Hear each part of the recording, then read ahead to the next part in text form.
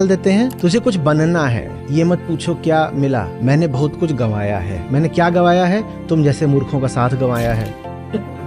कोई बोले अध्यात्म आजकल चल रहा है, बड़ा आनंद आ रहा है, मौज आ गई, एकदम ही नकली आदमी है।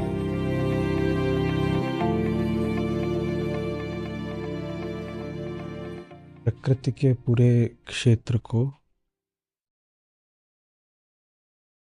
देखने का, समझने का, चिह्नित करने का एक नया तरीका आज हमें बताएंगे मुनि अष्टावक्र। एक ही बात होती है, उसको बहुत तरीकों से बताना पड़ता है, क्योंकि हमारे पास भागने के, छुपने के बड़े रास्ते, तरकीबें, दिशाएं होती हैं। एक चिड़िया है, वो एक बड़े कमरे में फंस गई है। कमरे में बहुत सामान रखा हुआ है और बहुत सी जगहें भी हैं जहां चिड़िया जाकर छुप सकती है। आप जाते हैं उस चिड़िया को आज़ाद करने, उसे आकाश देने। वो चिड़िया समझती है आप उसे नुकसान देने आ रहे हैं। वो भाग भाग कर अलग अलग जगहों पर छुपेगी। अपनी कैद के भीतर ही सुरक्षा खोजेगी। उसको लगेगा कमरे यानी कैद के भीतर ही, कुर्सी के पीछे चली जाऊं, बिस्तर के नीचे चली जाऊं, सोफे के पीछे, अलमारी के पीछे, पंखे के ऊपर, पर्दों के पीछे। कितनी ही जगहें वो अपने लिए छुपने की निकालेगी। जहां कहीं भी वो छुप रही है वो सब जगहें कैद ही हैं, कैद ही है ना, कमरे के भीतर है कैद।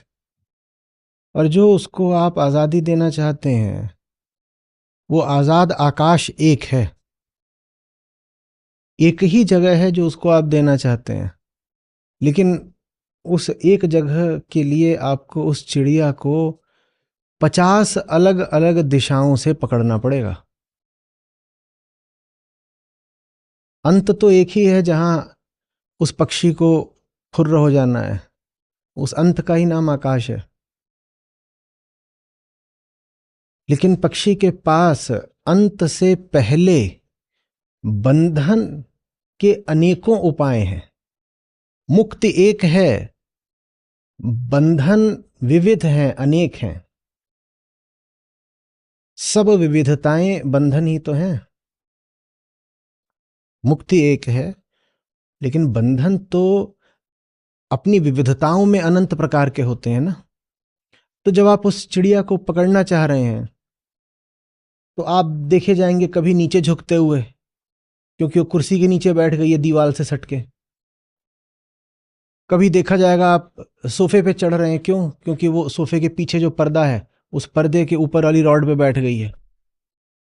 हुआ है? कभी कुछ कर रही, कभी कुछ कर रही है। और कोई आके आपसे सवाल कर सकता है कि यदि अंत एक है तो मध्य में इतनी दिशाओं में क्यों दौड़ लगा रहे हो तुम तो मुक्तिदाता हो ना चिड़िया के लिए, यही तुम्हारा दावा है। एक अर्थ में तुम गुरु हो, जो मुक्तिदाता हो उसको क्या बोलते हैं? गुरु। चिड़िया कैद में है, तुम उसे मुक्ति देना चाहते हो, तुम गुरु हुए उसके। तो इतनी दिशाओं से क्यों पकड़ रहे हो चिड़िया को? उत्तर बहुत सीधा है, क्योंकि चिड़िया इतनी दिशाओं में दौड़ रही है। तो एक ही बात को क्यों कभी ऋषि अष्टावक्र ने, कभी श्री कृष्ण ने इतने तरीकों से बोला है? क्यों बोला है? क्योंकि हमारे पास भागने के, छुपने के बहुत तरीके हैं। चूंकि हमारे कुतर्कों की दिशाएं अनंत हैं, इसीलिए एक ही बात को अनंत तरीके से बोलना पड़ता है, एक एक कुतर्क को काटने के लिए। नहीं तो आप कोई नया कुतर्क ले आओगे और कहोगे देखा, मैंने साबित कर दिया कि ये जो कमरा है ये कैद नहीं है, यही आकाश है, स्वतंत्रता है। आपने तय कर दिया। तो फिर जो मुक्तिदाता है उसको भाग कर जाना पड़ेगा किसी नई दिशा से चिड़िया को पकड़ने के लिए। उसने जो नया तर्क दे दिया होगा उस नए तर्क को काटना पड़ेगा। इसीलिए एक ही बात को बहुत बहुत तरीकों से बोलना पड़ता है। बहुत बातें तो होती भी नहीं है। आखिरी बात क्या है? आखिरी बात यह है कि कोई बात नहीं है। आखिरी बात यह है कि बात करना बंद कर, चुप हो जा मूर्ख। यही है आखिरी बात। बातचीत में ही लगा रहेगा।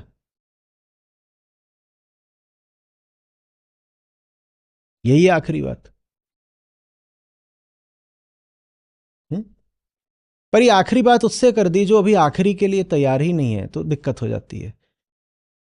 तो इसलिए एक एक कुतर्क को काटना पड़ता है। आज भी एक कुतर्क काटा जाएगा। और कुछ नहीं करता कोई श्लोक। वेदांत माने नेति नेति, समूचा अध्यात्म माने नेति नेति। और बात जब मैं वेदांत कहता हूं तो ऐसा ना लगे कि बस किसी एक दर्शन की कर रहा हूं। आप जहां भी जाएंगे वहां बात नेति नेति की, और जहां नेति नेति की नहीं है बात, वहां ना बोध है ना अध्यात्म है। अध्यात्म के पूरे क्षेत्र का, आत्मज्ञान का अर्थ ही यही होता है कि तुम जो पकड़े बैठे हो उसकी व्यर्थता देख लो, नकारना, छोड़ना, त्यागना। और तो कुछ होता ही नहीं है। हुँ? तो आज फिर काटा जाएगा।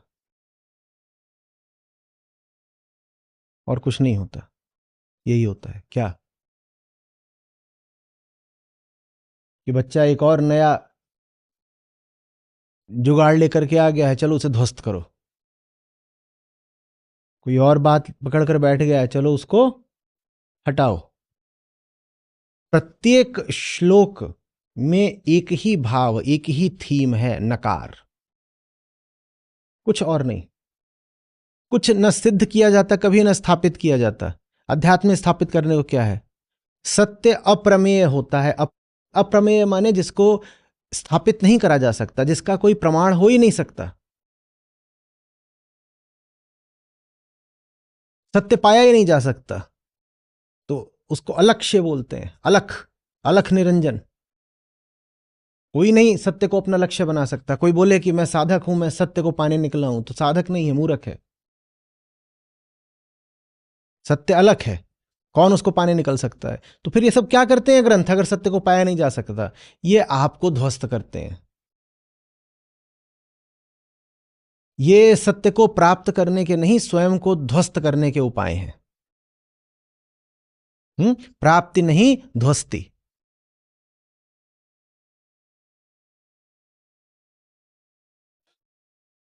एक दफे पहले बात हुई थी ना, पूछे आत्मज्ञान क्या है? आत्मविध्वंस।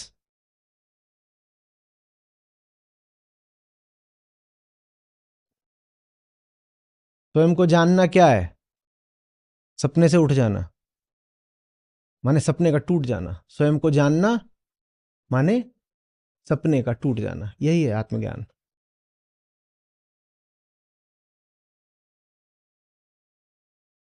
क्या कह रहे हैं आज हमसे? कह रहे हैं भाव, अभाव और विकार। भावा भाव विकारश्च। ये तीन पकड़े हैं, लिख लीजिए। इन्हीं तीनों में आज सारी बात समाहित है। भाव, भाव अभाव विकार मत लिखिए, लिखिए भाव विकार अभाव, ऐसे लिखिए। विकार को बीच में लिखिए। स्वभावदिति निश्चयी। स्वभाव से ही हैं ये तीनों। जिसको ये निश्चय हो गया, उसका क्या होता है? निर्विकारो, विकार से मुक्त हो जाता है। पर विकार से आशय क्या, अभी पहले समझेंगे। गत क्लेशः, लो अभी पहले क्या चला था? विगत ज्वर। फिर क्या आया? गत संग। आज एक नई चीज आ गई, क्या? गत क्लेश।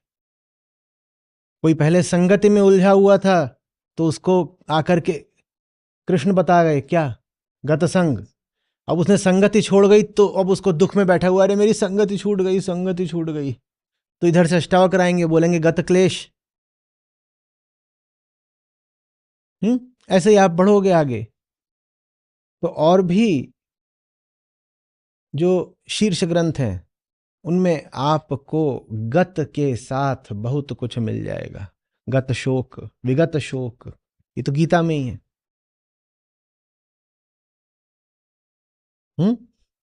न क्लेश न शोक, कि कुछ छुड़वा दिया मेरा तो बड़ा शोक हो रहा है। ना ना ना, शोक दोष है, निकल।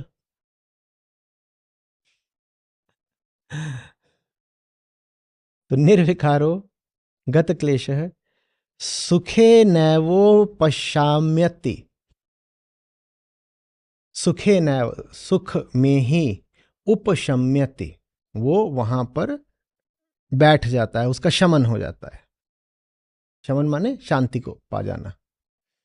जैसे जहां पर ज्वर हो, आग लगी हो, उसका बुझ जाना, उसको शमन कहते हैं ना, वैसे ही।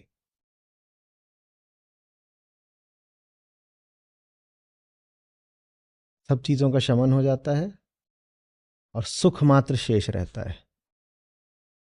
और जब सुख मात्र शेष रहे, सुख मात्र, तो उस शुद्ध सुख को कल हमने क्या कहा था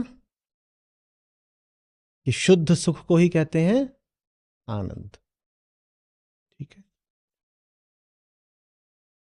तो आपने सबसे पहले लिखा है भाव, विकार, अभाव। इसको उलट के भी लिख सकते हैं, बात वही रहेगी, समझते हैं। विकार का लोक भाषा में अर्थ होता है दोष। किसी चीज में कुछ खोट आ जाए, त्रुटि आ जाए, तो हम उसको विकार बोल देते हैं। निर्विकार भी हमारे सामने जब आता है शास्त्रीय भाषा में, तो उससे हम अर्थ यही लगा लेते हैं कि जिसमें कोई त्रुटि नहीं होगी, कमी खोट इत्यादि नहीं होगी। नहीं, शास्त्रीय अर्थ विकार का दूसरा है।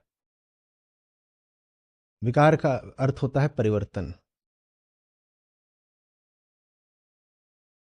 परिवर्तन,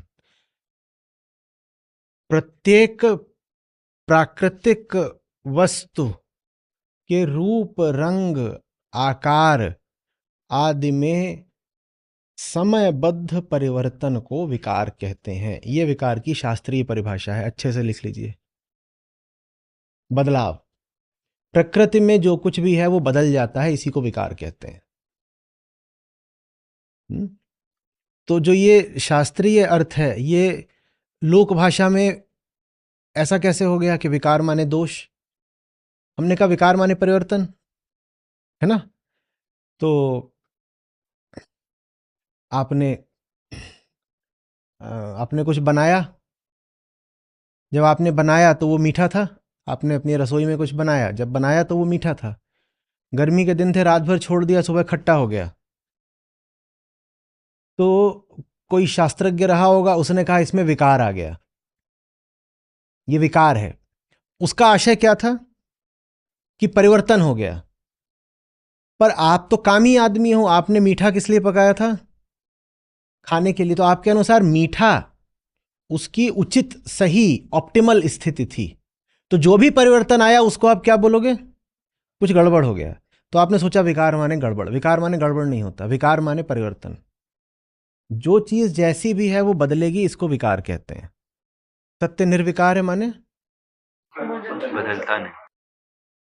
बदलता नहीं। तीन ही काम होते हैं प्रकृति में अहंकार के देखे। या तो कुछ नहीं होता है, या कुछ होता है, या कुछ परिवर्तित हो रहा होता है।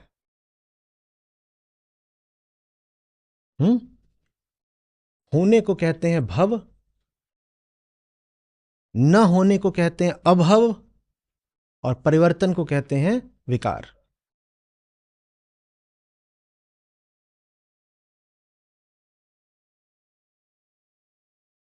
तो समस्त उत्पत्ति को फिर वहीं से कहा जाता है भाव या भवता। भव है उसका मूल। भव माने जो अहंकार को होता, उपस्थित, अस्तित्वमान प्रतीत होता है, उसको कहते हैं भव।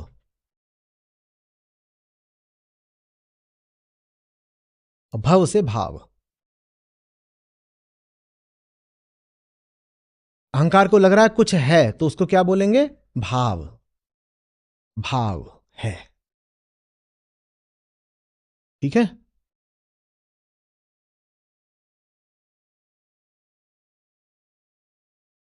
यहां एक बूंद पड़ी हुई है, हम उसको क्या बोलेंगे? भाव। बूंद पड़ी है तो क्या हो गया? भाव। बूंद धीरे धीरे वाष्प बनती जा रही है। गर्मी का मौसम है भाई, उड़ रही है, तो ये क्या चल रहा है? विकार। थोड़ी देर में बूंद अदृश्य हो गई, ये क्या हुआ? अभाव। तो ये जो पूरा प्रकृति का क्षेत्र है वो इन तीन में समा जाता है। सिर्फ इन्हीं तीन में नहीं, 100 ऐसे त्रैत और भी आपको बताए जा सकते हैं। ये बताने का एक तरीका है जिसके जो काम आ जाए। बड़ी मेहनत करते हैं ज्ञानी, वो 5000 तरीकों से बताते हैं, कहते हैं कोई तो तीर निशाने पे लगेगा।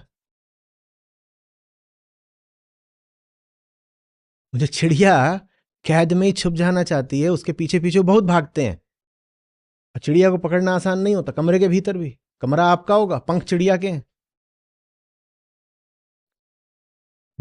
आप बाद में थकोगे, चिड़िया बाद में थकेगी, थकोगे आप। समझ रहे हो? बड़ी मेहनत करनी पड़ती है। और जो अपनी जान बचाने को भाग रहा हो, बड़ी उसमें ऊर्जा आ जाती है। तो तामसिक से तामसिक आदमी जब उसके सामने ज्ञान पड़ जाता है, सत्य पड़ जाता है, या ज्ञानी आ जाता है, तो तामसिक से तामसिक आदमी ऊर्जा से बिल्कुल सराबोर हो जाता है।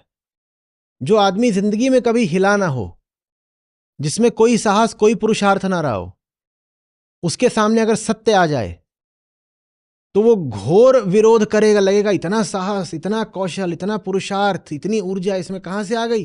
ये तो एकदम मरा हुआ आदमी था। किसी बहुत मरे हुए आदमी को अचानक ऊर्जा से भरा हुआ देखो, तो फिर दो ही वजहें हो सकती हैं। या तो उसे प्रेम हो गया है, या उसके सामने सच आ गया है। दोनों ही स्थितियों में उसको ऊर्जा सच से ही मिल रही है। प्रेम हो गया है तो भी प्रेम सिर्फ किससे हो सकता है? प्रेम हो जाता है तो भी मरे हुए में भी ऊर्जा आ जाती है, सच से प्रेम। और जिसको सच के खिलाफ अपनी सुरक्षा करनी होती है, भाग जुन्नू भाग और वापस मुड़ के मत देखना, वो जुन्नू भी बहुत जोर से भागता है। जिंदगी में वो ठीक से चल नहीं पाया, पर सच्चाई के सामने जान बचाने के लिए वो बहुत जोर से भागेगा, ऐसे ऐसे वार करेगा, ऐसे ऐसे तर्क देगा कि आप कहोगे गजब, इसमें इतनी जान कहां से आ गई? वो जान भी उसमें कहां से आई है? सच से ही आई है। सच दोनों ही दशाओं में ऊर्जा का दाता है।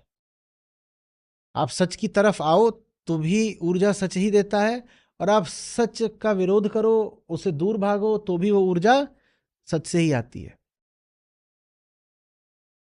तो बहुत जोर से भागती है चिड़िया, और ऋषि लोग फिर बड़ी मेहनत करते हैं उसको पकड़ने के लिए। इतने ग्रंथ, और ग्रंथ ऐसा नहीं कि एक समय पे रच दिए तो रच दिए। हर समय में, हर काल में, हर शताब्दी में, हर जगह में अलग अलग तरीके से ग्रंथों को रचाई जाता रहा है, और सब ग्रंथ एक ही बात बोलते हैं। और जो ग्रंथ एक के अलावा दूसरी बात बोले वो ग्रंथ कहलाने का हकदार नहीं। एक ही बात है, क्या? अहम को आत्मा से प्यार है, लेकिन स्वीकार करने का दम नहीं है। तो प्यार तो है पर इकरार नहीं है ना? आप लोग लिख रहे थे ना अभी, परसों नरसों, कि चोरी चोरी चुपके चुपके तुमको देखा करते हैं। जैसे अभी स्क्रीन के पीछे हैं बहुत सारे, वो चोरी चोरी देख रहे हैं, उनसे कोई सवाल पूछ लो, नहीं पूछेंगे। और बहुत सारे तो ऐसे हैं जो लाइव भी नहीं देखते और रिकॉर्डिंग देखते हैं। फिर कहो कि जाकर के कुछ लिख दो अवलोकन, तो कहेंगे हाल दिल बताने से ना जाने क्यों डरते हैं। देखना तो है पर छुप छुप के, सामने नहीं आएंगे। तो कहते हैं ना कमिंग आउट, खुल करके दहाड़ना, घोषणा करना कि हाँ मैं हूं, उसकी हिम्मत नहीं है। तो वही हालत रहती है।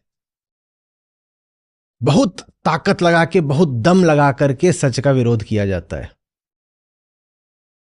जान लगा दूंगा, क्यों भाई अनुज, ईंट से ईंट बजा दूंगा।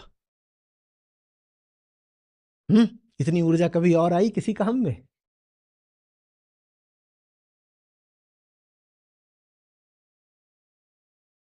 ये भाई एक बार हमसे रूठ गए थे, हमें लिख के भागे कि यहां की ईंट से ईंट बजा दूंगा। मैंने कहा तुम में इतनी अगर ऊर्जा ही होती तो तुम्हें भागना काहे को पड़ता? तुम भागे ही इसीलिए रहे हो क्योंकि कुछ काम तुम कर नहीं पाए, पर बहुत रुष्ट होकर के गए थे। फिर कुछ अरसे बाद अब फिर आए हैं, और भयानक ऊर्जा उठती है। बात समझ रहे हो? जब आप किसी कमरे में बिल्ली वगैरह हो तो कहते हैं never push it to a corner. एक बिल्ली है, उसको आपने बिल्कुल कोने में ले जा दिया और आप ऐसे अब आ रहे हो उसकी ओर कि मैं तुझे अब पकड़ ही लूंगा, तो पहली कोशिश तो वो ये करती है कि इधर उधर भाग जाए। पर आपने उसको घेर लिया है कॉर्नर में, एक कोने में आपने उसको घेर लिया है, उसको पता है वो भाग नहीं सकती, तो वो सिर्फ एक काम करती है, वो सीधे पंजों से आपकी आंख पर वार करती है, क्योंकि और कुछ कर ही नहीं सकती ना। यही हाल छुन्नू का होता है सच के सामने। उसे आक्रामक होना पड़ता है, उसे विरोध करना पड़ता है, क्योंकि उसे पता है सच लील जाएगा, उसे पता है सच उसको खा जाएगा।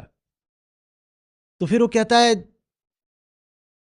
जितनी जान है वो सारी अब लगा ही दो, क्योंकि जान तो मेरी वैसे भी ये ले ही लेगा, इससे पहले कि ये मेरी जान ले ले इस पर एक आखिरी प्राणघातक हमला कर दो। वो कुछ होता नहीं उस हमले से, पर करता जरूर है वो ये। समझ रहे बात को? जैसे कहते हैं ना कि दिए की लौ बुझने से पहले बहुत जोर फड़फड़ाती है, वैसे ही जब सच सामने आता है तो अहंकार अचानक ऊर्जा से भर जाता है और जबरदस्त घूंसेबाजी करता है, कहता नहीं है।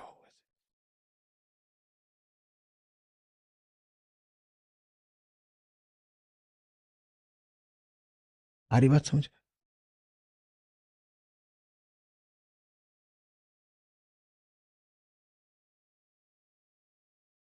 मैंने यहां पर कई खरगोशों को अपने सामने जाते हुए देखा है। हुँ? वो मृतप्राय पड़े हैं, आखिरी सांसें हैं, लेकिन उस समय भी अगर कोई जाकर उनको छुए उठाए तो वो गिरते पड़ते किसी तरह से अपनी टांगों पर वापस आकर भागने की कोशिश करता है, क्योंकि उस हालत में तो उसे और नहीं पता चल रहा होता कि दोस्त कौन है, दुश्मन कौन है, अपना पराया कौन है। हाँ, वो ये जानता है कि इस वक्त वो बिल्कुल कमजोर हालत में है, तो उसको लगता है कि जो भी मुझे छू रहा है वो मेरा दुश्मन ही होगा, और मैं बहुत कमजोर हालत में हूं, मेरा भागना जरूरी है। तो जब आपको लगता है कि अब ये बिल्कुल जा चुका, ठीक उसी वक्त वो एकदम फड़फड़ा करके भागने की कोशिश करता है, और फड़फड़ा के भागता है, थोड़ी दूर जाके गिर जाता है, वो चला गया।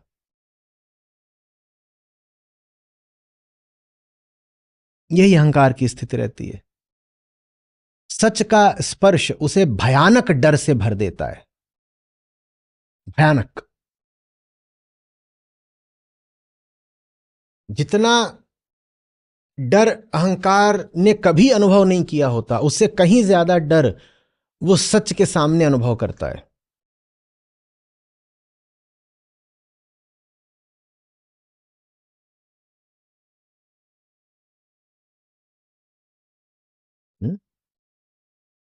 मेरे ख्याल ऑस्पेंस्की थे या कोई थे जिन्होंने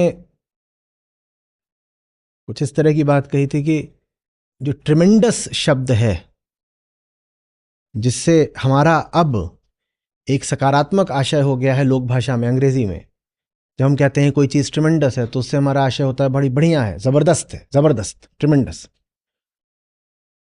अहम के लिए सच ट्रिमेंडस होता है, पर उसका अर्थ क्या है, इसके लिए आपको ट्रिमेंडस की इटिमोलॉजी में घुसना पड़ेगा। ट्रेमर माने होता है कांपना। जब भूकंप आता है तो उसको हम कहते हैं वी फेल्ट द ट्रेमर्स, कंपन। तो अहम के लिए सच ट्रिमेंडस होता है, सच सामने आता है वो ऐसे सूखे पत्ते की तरह थर थर कांपने लगता है। उसको लगता है अब जान गई, अब नहीं बचेंगे। तमसो मां ज्योतिर्गमय, ज्योति आ गई है, अब तमस का क्या होगा?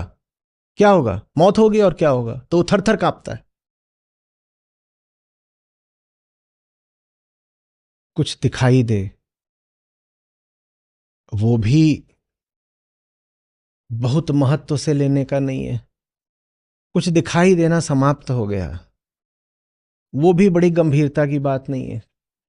कुछ जैसा लगता था वैसा अब नहीं लगता, रंग ढंग अपने बदल रहा है, वो भी गंभीरता से लेने की बात नहीं है। सब प्रकृति के क्षेत्र में है। भाव, विकार, अभाव। क्यों गंभीरता से नहीं लें? बात क्या है? कोई नैतिक दायित्व तो है गंभीरता से नहीं लेना? नहीं, कुछ और बात है। बात आगे जो कह रहे हैं वो गूढ़ है। कह रहे हैं कि ये तीनों ही स्वभाव से हैं। भाव भी, विकार भी, अभाव भी, ये स्वभाव से हैं। और ये साफ साफ देख लो कैसे हैं स्वभाव से। भाव, अभाव, विकार तीनों किसके लिए होते हैं? अहम के लिए। अहम भाव में क्या खोज रहा है? शांति, चैन, पूर्णता, वही स्वभाव है। जब अहम अभाव निर्मित करना चाहे, कोई चीज जबरदस्ती जीवन में मौजूद है, कोई चीज जीवन में अच्छी नहीं लग रही है, उसको हटाना है। हम सिर्फ जीवन में चीजों को लाने को थोड़ी उत्सुक रहते हैं, हटाने को भी तो उत्सुक रहते हैं ना। मुझे इस छोटे मोहल्ले से हट करके बड़ी जगह पर घर बनवाना है, तो उसमें भाव भी है, अभाव भी है। अभाव क्या? ये छोटे मोहल्ले से मुझे हटना है। भाव क्या? मैं चाहता हूं हाँ कि बड़े मोहल्ले में पहुंच। तो छोटे मोहल्ले से हटना है किसके लिए? चैन के लिए। बड़ा मोहल्ला चाहिए किसके लिए? चैन के लिए। तो ज्ञानी की ये निशानी है कि वो कहता है कि ये सब कुछ चैन से ही तो है। ये सब कुछ चैन के लिए ही तो कर रहा हूं ना। जिस चैन के लिए मैं कर रहा हूं, मेरा दावा है कि वो मेरे पास है नहीं। लेकिन ये दावा ही अपनी काट स्वयं है। ये एकदम अंतर विरोध से भरा हुआ दावा है। बताओ क्यों? प्रश्न पूछते हैं फिर ऋषि। क्या तुमने कभी कोई ऐसी चीज प्रण प्राण से, दिलो जान से मांगी है जिसको तुम बिल्कुल ही जानते ना हो? बोलो। जो आपको चाहिए उसकी 5 वस्तुओं की सूची बना लीजिएगा।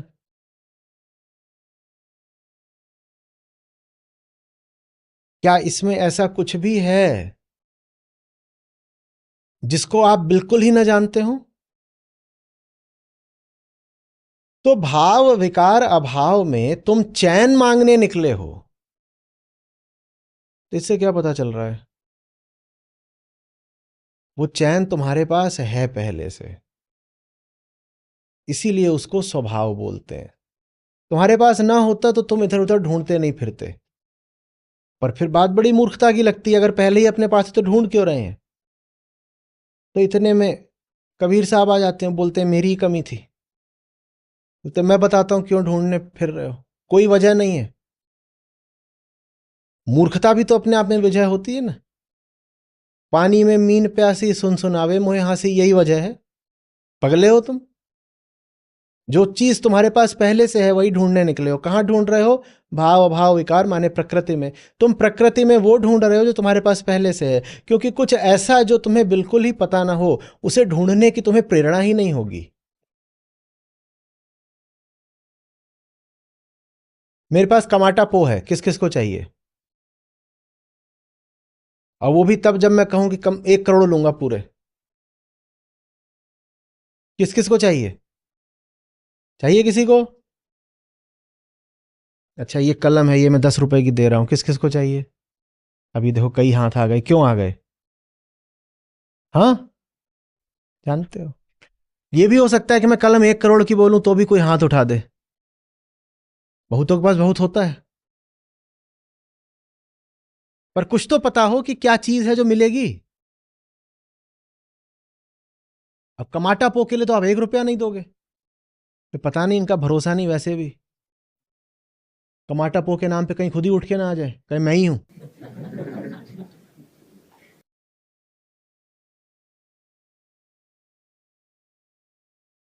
समझ में आ रही बात? तो चैन ढूंढते फिर रहे हो पूरी दुनिया में, कहते हो बेचैन हूं इसलिए चैन चाहिए, कहते हो चैन नहीं है इसलिए चैन चाहिए, पर अगर सचमुच नहीं होता तो तुम उसको मांगते नहीं।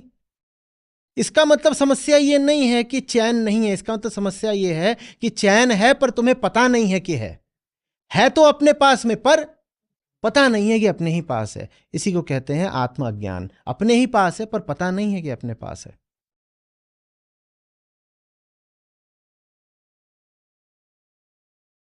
और जैसे ही पता चल गया कि अपने पास है तो अब ढूंढोगे काहे को? नहीं ढूंढोगे ना। हाँ, तो नहीं ढूंढते तो फिर क्या हो जाते हो? गत क्लेश, निर्विकार, और उपशमन हो जाता है, और मात्र सुख में स्थापित हो जाते हो। क्योंकि जो ढूंढते अपनी दुर्गत करा रहे थे वो अपने घर में ही मिल गया। बड़ा बढ़िया व्यक्त करा है कबीर साहब ने कि